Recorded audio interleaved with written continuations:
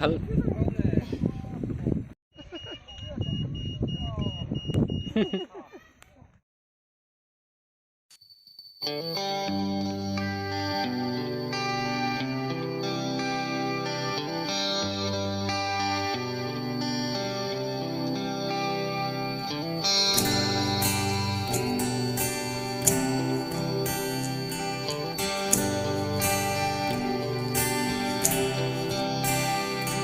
Ganun na ikana Boral na lakata Liyama ka amin kalsanlo Tinlong na arumpong Mga ito Tiyan tabertu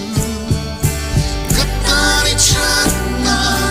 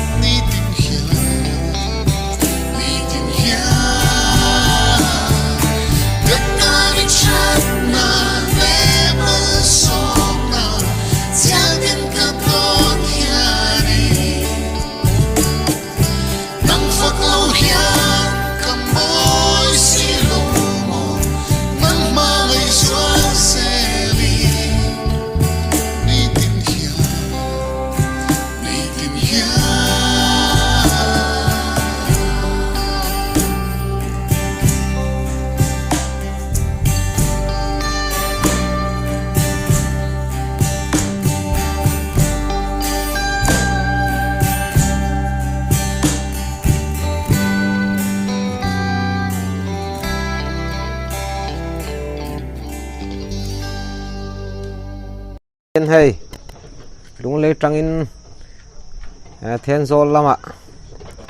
kala golf course en turin kan kal ani he mun hi Mizoram mun rang atangin en turin mitam tak an kal thina ni tin hian mikal hi an om renga tiang chun voin ni pon an kal le nual in rin omani ti chuan hei kan thleng thla a gate pui main gate an ti a hemi paltlang tur hian receptionist in report te ngaya ti chuan in receptionist deal na phalna lekha te kan han la kan han in ti fel don ta ani tuna hian alu man te po hi lo sang hle mi pakhat tan chiang zan hi lai ani china kan muta ang khan motor hi lut chuak deuh zuta aizol tang le mun than ser chip kolosi patang te point voin ni hian kal le nual ani hei receptionist hian halang renga kan huwa tiang hian phal na nei lo chuan lu an phal lowani tin hei max volwin lu phalani lo ti te ania ti chuanin hei hi receptionist counter ania ti hen duty an om renga ti chuanin kanin ti felta kan juk chuk tran mek ta ram hi kan la mu ngai lo ani wangin mu nom hle mit po atlai hle ani phul ram zol zau nuam lutuk mai alo nia voin ni hian phangla siam tuin chen na ngai lo ram fan chu tiang don chen na ngai lo ram kan han phang chu kan mit hi tlai ma nuam kan ti ani kan hlim tlang khop mai hai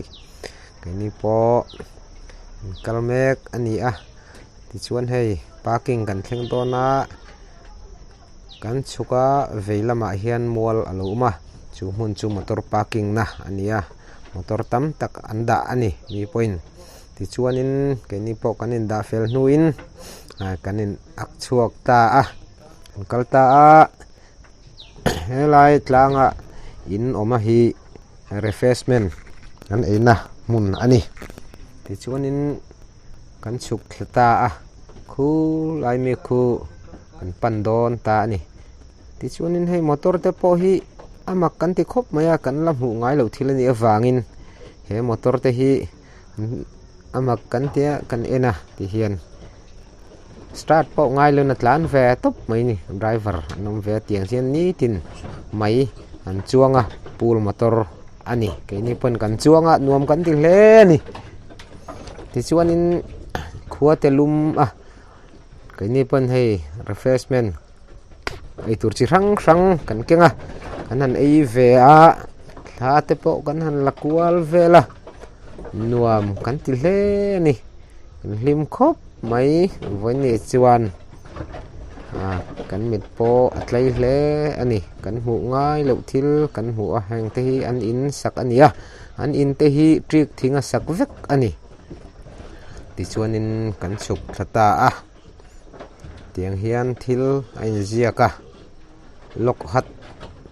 en tia chuanin kan han kal le ta hin pangpar saron par nal deuh mai lo oma ta hian thla an la thina an langun hle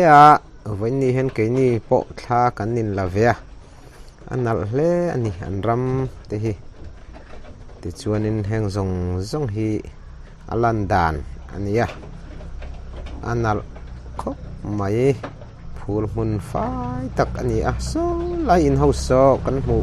ang hian tourist mi te riak lu ta an kaldu pon ria lu thei vek ania maro chu ria man hi to ve fe ni ti hian in hi om nuala riak lu du te pon riak lu ta nuam le ani amun hi ti chuan hei hi in pui ber kan ti to kha motor te po alo oma in chung hian motor te po oma an motor hi hei adang lam ma akhal dan po hi ahar lova ke ni point kan khal ve nuam kan ti khop mai heng tiang motor hi Mizoram chen awang hle ani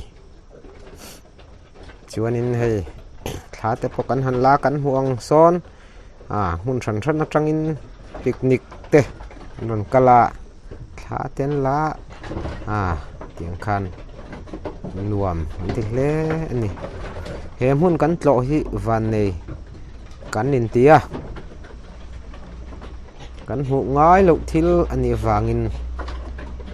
nuam kan ti hle ani chuanin kan soi tawng khan helai hmun he zia ka kan huang hian food court was tower ti ai zia ka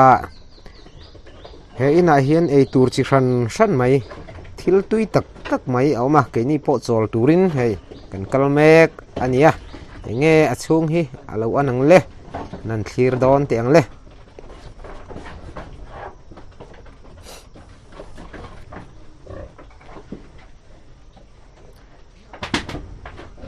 chuanin ha ta an chuk le a ei tur te kan ei zo hnu in nuam kan ti hle ani ti chuanin ni sat em awangin chawlhna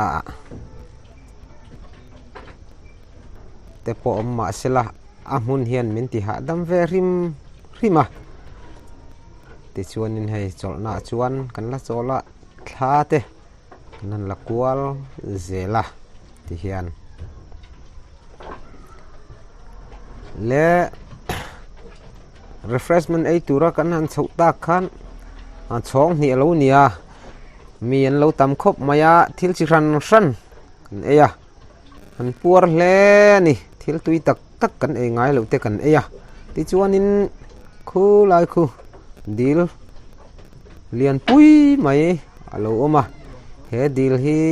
mizo pa ngai tu na tang chuan khoi tanga tui hi ron kal nge niang o ti hi kan ngai tua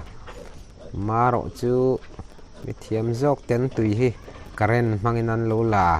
lo nia ti hianin fur lai phei chun hlo om hle a khat hian tui thl om thin an tia tun hi thal lai ni awangin tui tlem lai tak ania ma se hei a oi tol lu pal a hlo om hle ni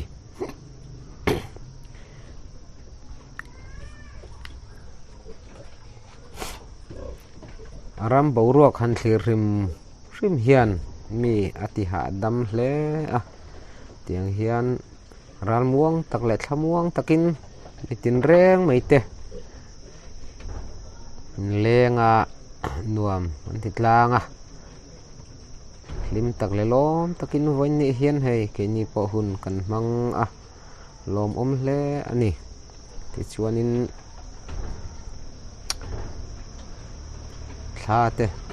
kan han lakwal zela ni asa hle ni voin ni hian ti chuan heti lai hi ni sin kan soita ang khan an tui lak na karen an pam na ania ti hianin karen mangin tui an pe hlo om khop maya tol lu pal hlo om hle ni leilo na kha thok tu ten tuya an zuk lu na thin ani ti chuan ta hian control na lo om ru maya hei current te poi mang na sa ni ti chuan in tu na hian hei motor chu kan han khal sina puyan a khala nuama ti khop mai wen ne hian ti chuan in ni asa a hei ke ni ho po kan chol nai to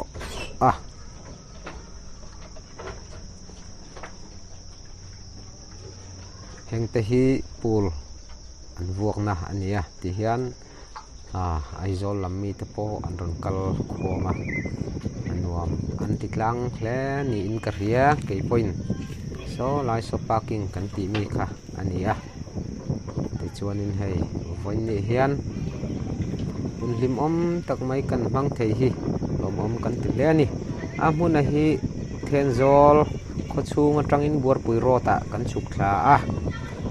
kilometer nga tanga rukvel ani karing tiang chuan voin ne hian mi tam takin he mun hi an tlo le an nuam hle ani chuan hei refreshment muna mi tam takan oma ei tur chi sang